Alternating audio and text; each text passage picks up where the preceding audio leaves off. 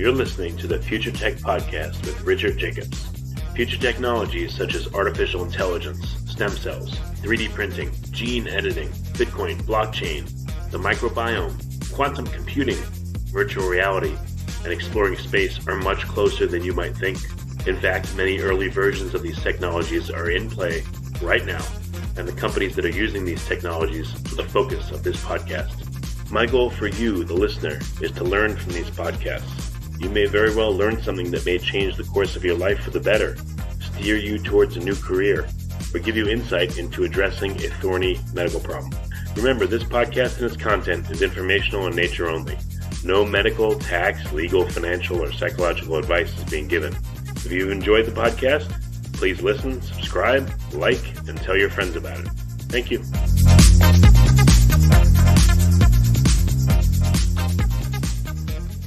Hello, this is Richard Jacobs with the Future Tech and Future Tech Health podcasts, and I have Dr. Rory Raymond, resident sleep expert and VP of Sleep Science and Scientific Affairs at SleepScore Labs. Dr. Raymond holds a PhD in Life Sciences from Vrije University, Amsterdam, and was recognized in the Netherlands with an award of Best Thesis in Sleep Medicine. And his research spans more than 25 years. He's been in multiple peer-reviewed journals, speaking events, etc., and holds several patents. So thanks for coming, Dr. Roy. How you doing? I'm actually doing great. Thank you for inviting me. Oh, good. And it's 4 o'clock here in the U.S. where I'm at, so I hope it's not too late for you and it doesn't disturb your normal sleep time. Speaking of sleep.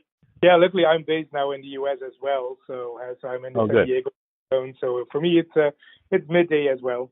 Oh, good. Okay. Well, very good. Tell me what got you into the world of sleep? What got you interested in it?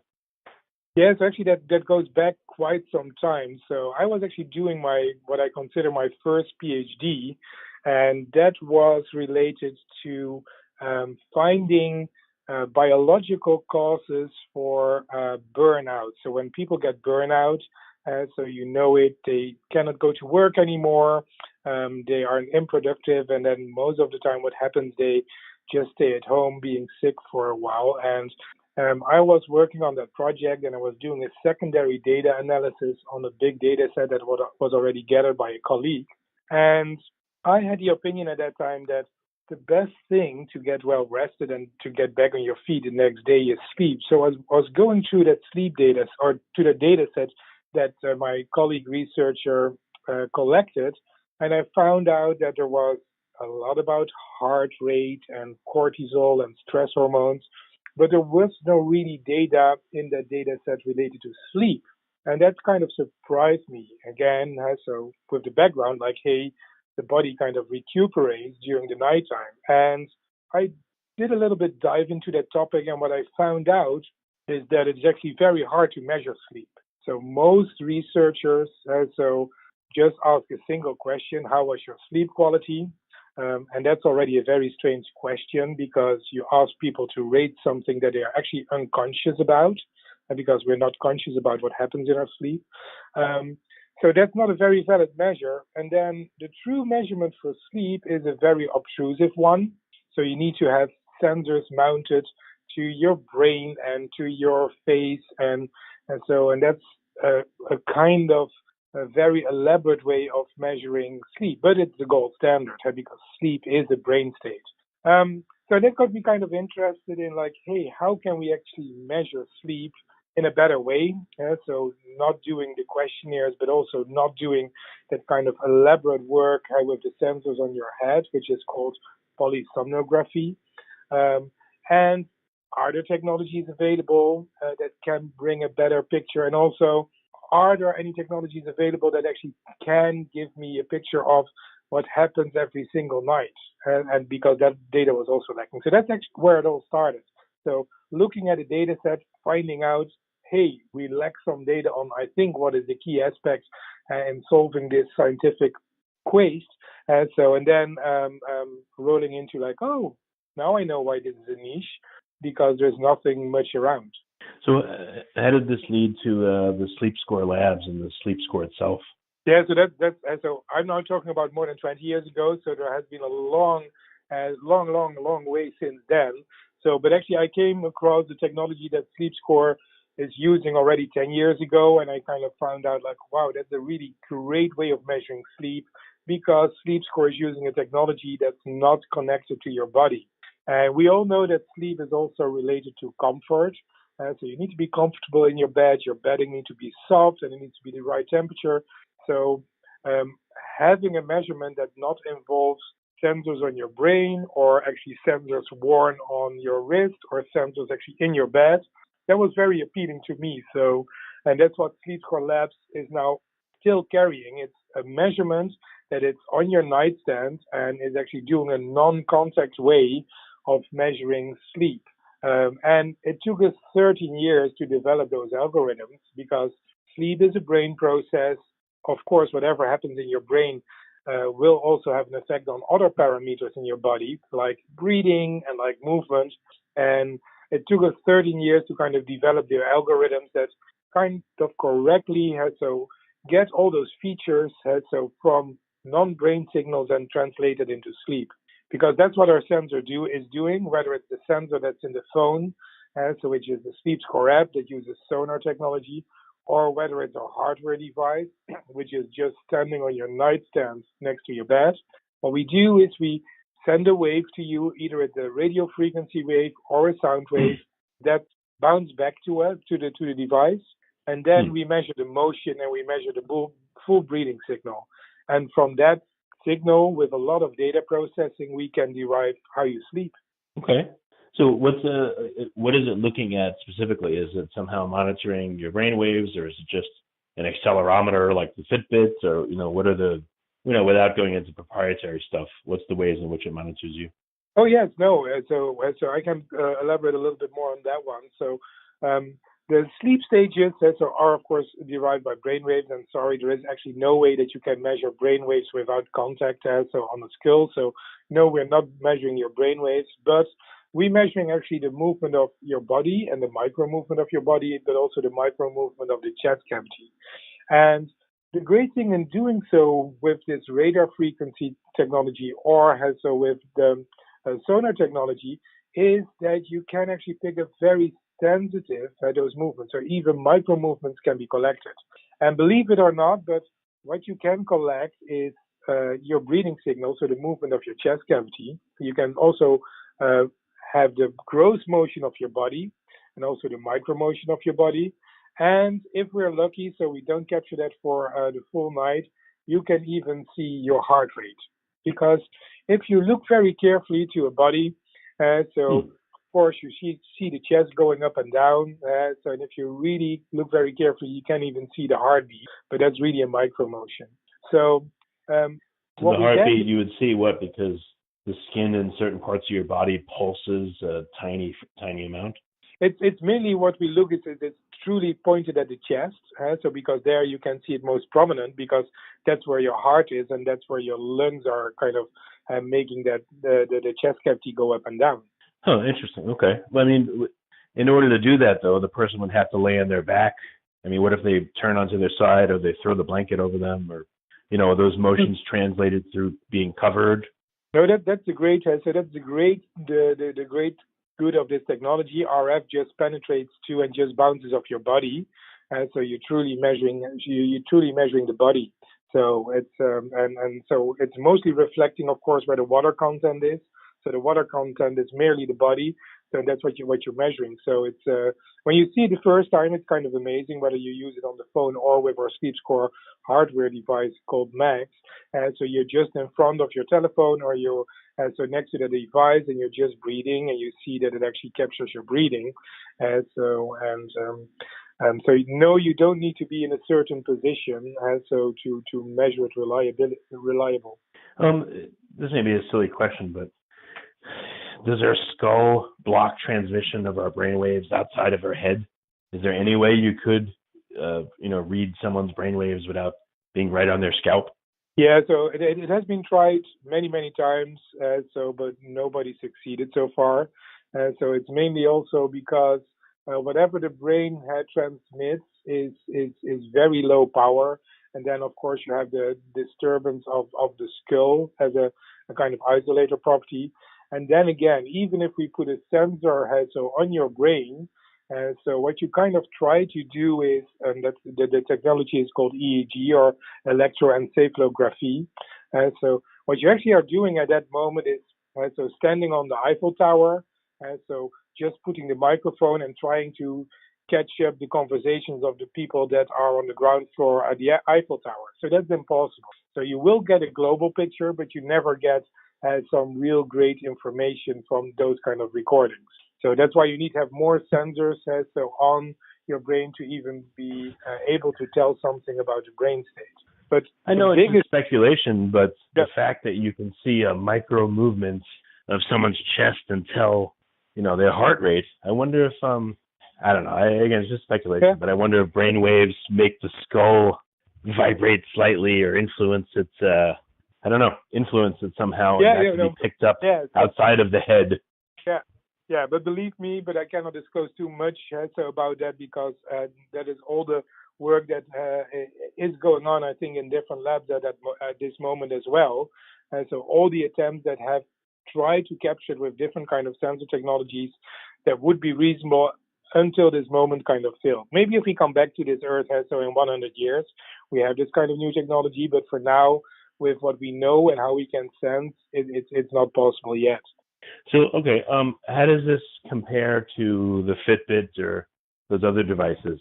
How much better is it than, versus just using, like I said, accelerometers or whatever they use to measure sleep? Yeah, I think to kind of highlight this is it's dependent on how many information your tracker is using.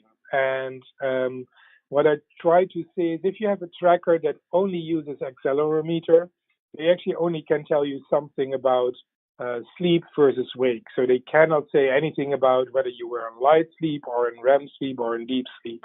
So that's already that's a fact, because we cannot classify those stages only based on motion. They seem to know that the stage of sleep you're in, so they're just making it up, or how are they inferring it, is your guess? Yeah, so they put a classifier on top of the different motion levels. But the great thing is the true trackers that are validated, that only using accelerometry, only give you the output in sleep versus wake. So, and that are brands like Actigraph and the Philips ActiWatch, and they don't overstate anything because they know the limitation of their technology. So what we know sometimes from other brands is that they don't care that much about what the gold standard is. And they just say, like, okay, we figure out that it's light sleep and deep sleep. And most of the time they do not classify REM sleep. And if you go into a conversation with those developers, you ask them, why didn't you do REM sleep? They said, because we cannot detect it. And I said, like, okay, that's interesting, because sleep is kind of built up and going from wake, then falling into light sleep, then going into deep sleep, and then going into REM sleep. And that's a cycle of 90 minutes. And then you have that 3 or 4 times repeated over the night. So REM sleep is an essential part of your sleep. But some of the trackers just don't track it. And in the conversation, I asked, like, but where does that sleep go? And they said, like, oh, yeah, probably it goes partly into light sleep and deep sleep. So from a perspective of what truly is happening in the brain, and so those kind of trackers don't bring you the information that is actually factual correct if you compare it to a gold standard. I'm sure. So you have, of course, different sensors right now, like, for instance, the newest wearables of Fitbit, and actually these collect heart rate and motion. And if you have heart rate and motion, then you're already able to estimate sleep stages, so light sleep and deep sleep and REM sleep. So if you have breathing, like SleepScore does, and so emotion, you also can do it. So if you have all three, you probably even better in doing so, but none of the devices have that are around now have all three measures. So the performance of the devices is totally related on the amount of time spent on the algorithms, because that's not easy to translate, again, those brain features into motion features and breathing features and heart rate features. And for us, we say that we are proud that we are a non-contact device, so you don't need to wear it. And we also always make our agreement results with the gold standard available to the public. And if possible, we publish them in scientific journals. So you can go to our website and you can go to scientific journals, and we can show you, as tested independently, that we have an agreement with the gold standard of approximately 85%. So, and that's what I think that the people should know. If you want to use a tracker either for personal use or for research use, go to the website or go to the vendor and ask, like, hey, did you ever validate your tracker? And if so, can you share the results? Because you want to know how it performs against the gold standard. Sure. So what are the uses for this tracker? What can it see? And what are some interesting things that you're hearing, reports from the field, or that you guys are observing about it? Yeah, so one of the biggest surprises, so when I was starting in this field, because I did a lot of lab work previously related to sleep. So what, in general, a lab test would do, you get a subject, so you wire them up with all those sensors, they sleep in your lab, and then the next day they go home, and that's how you measure sleep, which is a little bit typical, or I should better say it's atypical, because people sleep with sensors on their head, and also people sleep not in their normal bed, so not with their partner, so you get a kind of atypical picture of their sleep. And when I actually moved into to SleepScore labs, and I saw this big data, because we already have millions of nights of data, I saw a kind of sleep that I actually never saw in the studies that I did before. You had people waking up at night, people going really late to bed at night, and so people really only sleeping or trying to be in bed for 7 hours. Which is kind of interesting, because we know your body needs approximately 7 hours of sleep to kind of recuperate from whatever happened throughout the day. But 7 hours in bed doesn't equal 7 hours of sleep. So I think that was one of the biggest things that I found very interesting to see is normal studies in academia have limited amount of data of limited nights, and then also do a spot measurement. So they measure once, and then there might be an intervention, and then they measure for a second time. With these kind of technology, we have data for people really, so night after night for at this moment for over 4 years already. So you get a totally different view of sleep and a totally different picture, because you can actually see how sleep develops over time. And last year we did a big data analysis, which was also kind of interesting. We took 2 million nights of our data set, and we were doing some fancy analysis on some of the variables that were mostly reflecting their behavior in terms of alcohol consumption or cigarettes, and whether they were tired, and how many times they were doing exercising, and whether they were facing sleep problems. So that is the data that we capture with SleepScore labs as well. So we put it in a very big analysis, and based on that, we got 8 clusters of people in our data set. And then we projected that to sleep, and it was kind of interesting to see that those 8 different groups, based on parameters like exercise and BMI and age and gender, also showed different sleep. And what we found, and that was the most striking finding, the group that had the poorest sleep was the group that smoked. So that was the key feature of the group with the poorest sleep, or actually the group one question, what does poorest sleep mean? Number of times they woke up, or their assessment that they slept poorly? Yeah, for us, it's all based on objective measured data. So, and the definition of poor sleep is that you have a short total time sleeping at night. So you have limited REM sleep, and you have limited deep sleep, but you also have a lot of awakenings throughout the night, and it takes a long time to fall asleep. So when we calculate the sleep score, which is our consumer-facing sleep metrics, so these are the factors that we kind of calculate in. So how long does it take you to fall asleep? How long do you actually sleep? And how long do you spend awake throughout the night? Right. And what's the distribution of the 3 different sleep phases? Okay, so you saw smokers had the worst time sleeping. What else did you see?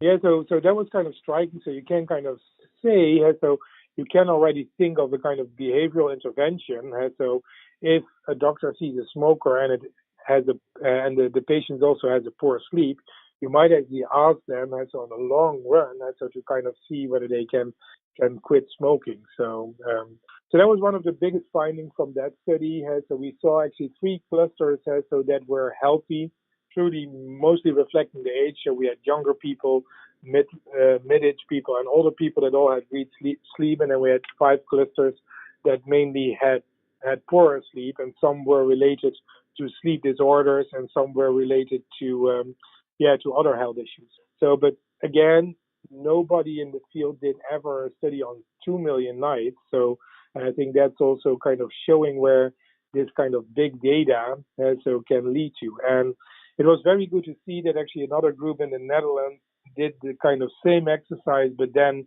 for people that had insomnia. And they found out that there was a huge overlap in the groups that they found, so in symptoms of insomnia and anxiety traits. So that partially, so the anxiety was kind of hallmark of starting the insomnia symptoms. That makes sense. People that have anxiety have insomnia more. Yeah. Okay. Yeah, no. It feels like a little bit a no-brainer, but it was never confirmed in a big data set. So it's great that you can kind of confirm that with big data. Well, so what were the recommendations that came from it, or is it just at the stage where you looked for correlations and that was that? Oh, for us, that's what we did with that study is that, so actually we capture all that information from our users when they start using our product. So we ask them like, hey, do you use medication and what is your BMI? So what we do with this kind of information, we kind of already can subtype the people that come into our app and already starting with an advice that it's more tailored to them based on these kind of big data analysis. So because if you start without any data, so it's very hard to kind of know who you're dealing with, especially because it's a remote device and it's a remote app. So if we get that data, so our starting point is just a little bit better, and then people really feel better acknowledged and more engaged because they have the feeling that we already kind of know what their issue is. Well, again, that's great that you get the data, but what's the next step? Are you going to be doing the interventions and suggesting protocols, or would you rather work with other vendors or providers that will then suggest particular protocols and what to do? Oh, yeah, no, and I think actually that's a great question because now we're coming actually to so what I consider is the core of SleepScore Labs. We're not a tracker company, so our main premise is that we want to change the way that you sleep and deal with your sleep. And a lot of trackers, especially the consumer trackers, they sold their trackers, and on the box it says, "Hey, we help solving your sleep or you're solving your sleep problem."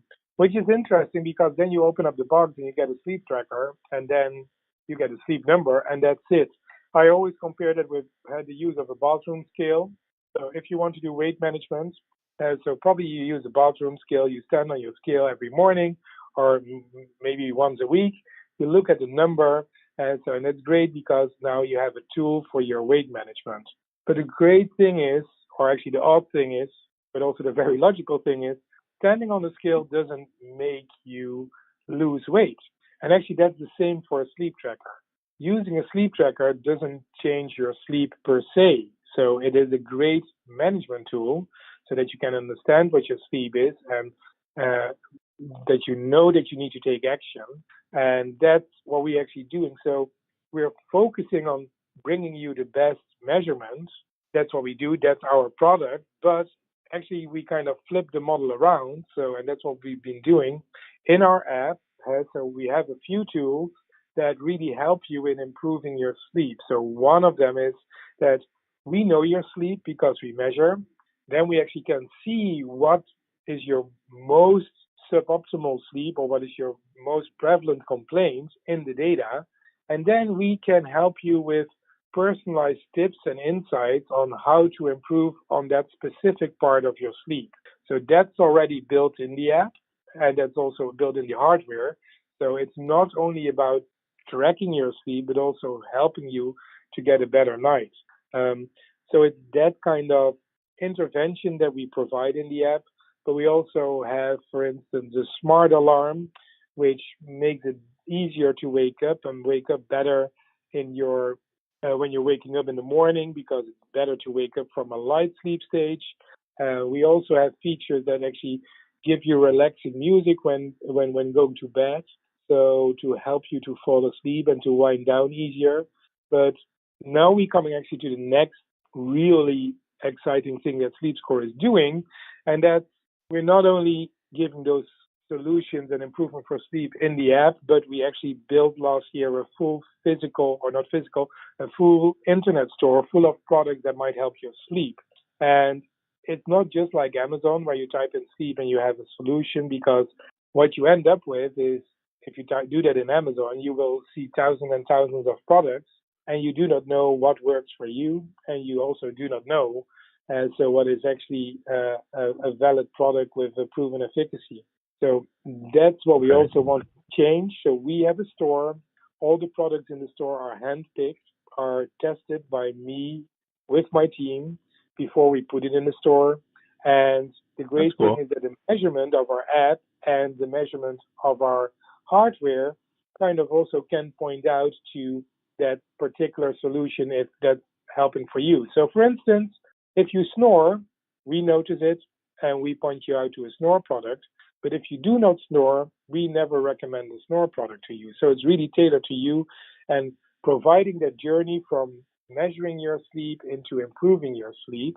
And so without you as a customer needing to put a lot of effort in finding out what the best is, and so actually what problem you have. Well, it makes sense. You started with the data, Yep. then you developed the cohorts from the data, then the product recommendations. What about the closing the loop, though, using your device once a product is in place? Let's say I snore and there's a vendor you like that has an anti-snoring device.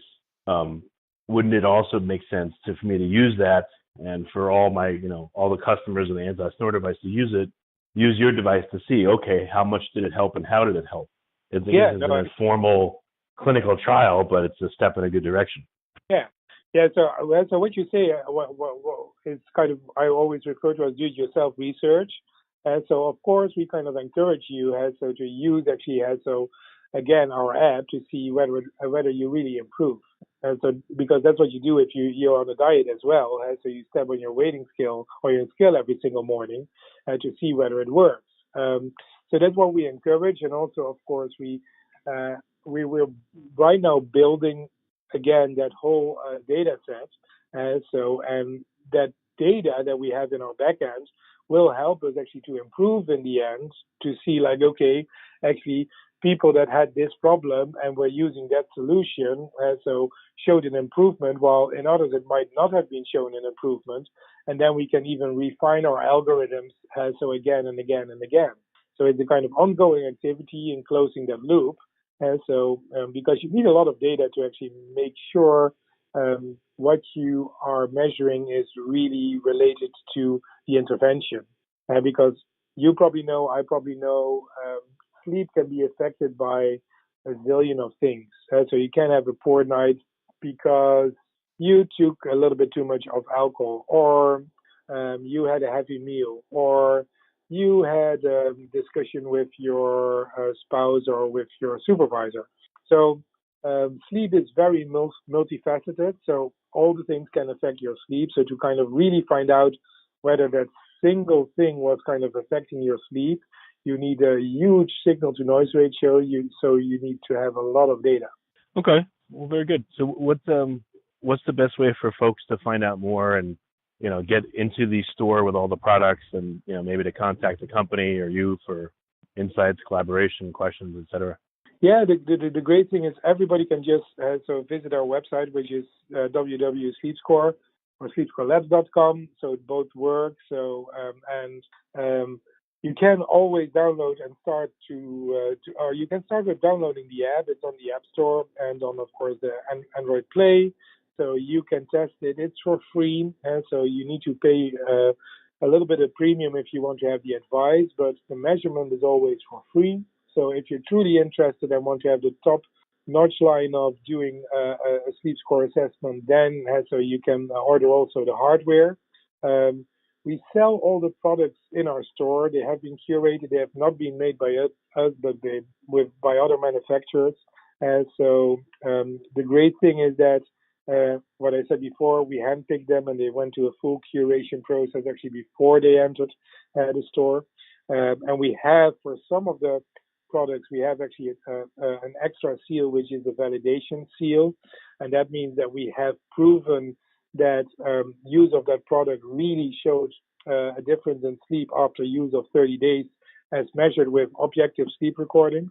So you can go to the shop and already order a product, but we truly actually recommend to use our app and first get a kind of picture of what your sleep is, and then let us decide on, hey, this is actually where you can improve the most, or this is where you need improvement. Well, very good. Well, thanks for coming on the podcast. I really appreciate it.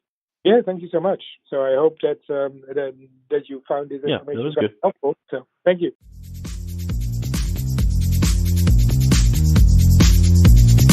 You're listening to the Future Tech Podcast with Richard Jacobs. Future technologies such as artificial intelligence, stem cells, 3D printing, gene editing, Bitcoin, blockchain, the microbiome, quantum computing, virtual reality, and exploring space are much closer than you might think. In fact, many early versions of these technologies are in play right now, and the companies that are using these technologies are the focus of this podcast. My goal for you, the listener, is to learn from these podcasts. You may very well learn something that may change the course of your life for the better, steer you towards a new career, or give you insight into addressing a thorny medical problem. Remember, this podcast and its content is informational in nature only. No medical, tax, legal, financial, or psychological advice is being given. If you enjoyed the podcast, please listen, subscribe, like, and tell your friends about it. Thank you.